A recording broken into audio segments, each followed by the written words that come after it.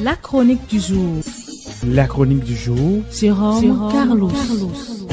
Bonjour. Les années passent. Elles ne se ressemblent pas. La journée internationale des droits de la femme, c'est fini. Il faut attendre l'année prochaine pour remettre la femme au centre, à l'avant-scène.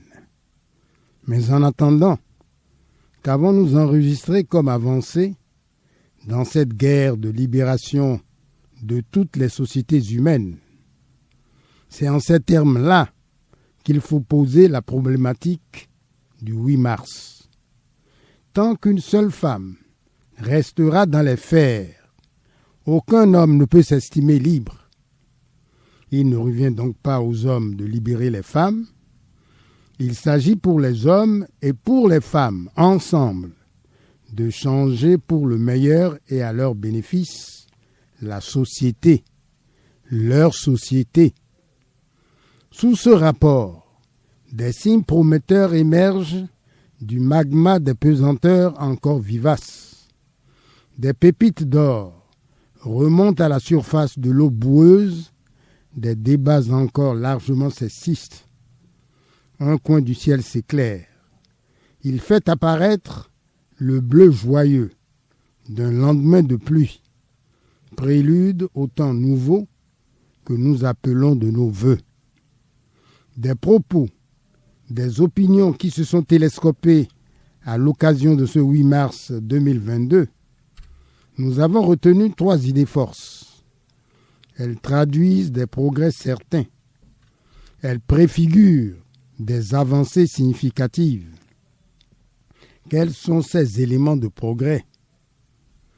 D'abord, le 8 mars est à appréhender plus dans une vision humaniste que sous la bannière du féminisme.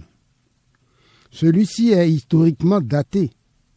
C'est la doctrine qui, en Occident notamment, a porté et qui porte encore le combat des femmes pour la reconnaissance et l'extension de leurs droits dans la société.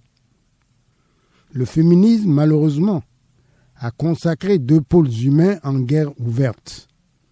Le combat légitime de la femme a tôt fait de tourner en un affrontement homme-femme. On dispose, de part et d'autre, d'assez d'arguments et de munitions pour s'étriper et se trucider.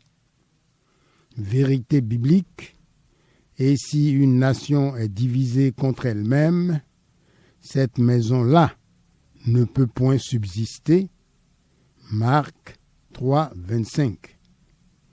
Comme on le voit, le combat de la femme sous la bannière du féminisme ne peut que marquer le pas parce que détourné de son objectif majeur. Ne l'oublions pas, il s'agit de libérer une société tout entière en toutes ses composantes, d'une vision courte des choses, des préjugés imbéciles, des pesanteurs socio-humaines. Pour conduire à bien un tel combat, il faut être plus dans la posture de l'humaniste que dans la jupe du féministe. Ensuite, l'égalité entre l'homme et la femme participe d'une vision stratégique pauvre du combat de la femme. À trop insister sur l'égalité, on prend le risque de faire l'impasse sur les différences entre l'homme et la femme. C'est la nature qui en a ainsi convenu et qui en a ainsi décidé. Égalité entre l'homme et la femme, si l'on veut, mais plus fondamentalement, différence entre l'homme et la femme. Pour mieux camper le concept le plus adéquat, à savoir la complémentarité. En termes plus clairs, l'homme et la femme doivent sortir d'un bras de fer contre nature pour entrer en complicité intelligente. Nous voilà au cœur du vrai débat, car il s'agit pour l'homme et pour la femme de se donner la main, d'être ensemble, de travailler ensemble, de faire croître leur coefficient de réalisation et d'accomplissement. Mao Tse-tung, parlant des femmes, évoquait poétiquement la moitié du ciel. Quel est donc ce pays? Quelle est donc cette société qui, pour se développer, peut se passer de la moitié de son potentiel humain? Enfin, haro sur le mot soumission. Si c'est de subordination de la femme par rapport à l'homme qu'il s'agit, ce mot ne veut rien dire. La femme soumise à qui et pourquoi?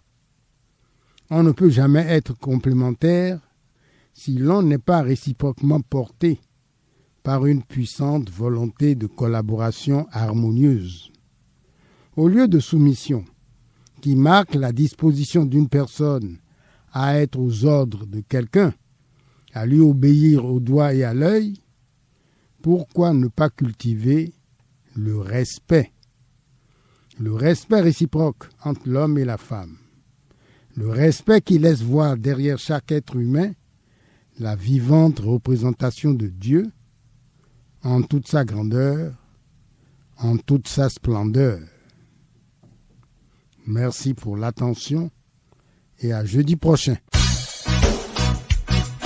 C'était la chronique du jour. Retrouvez la chronique sur www.capfm.com.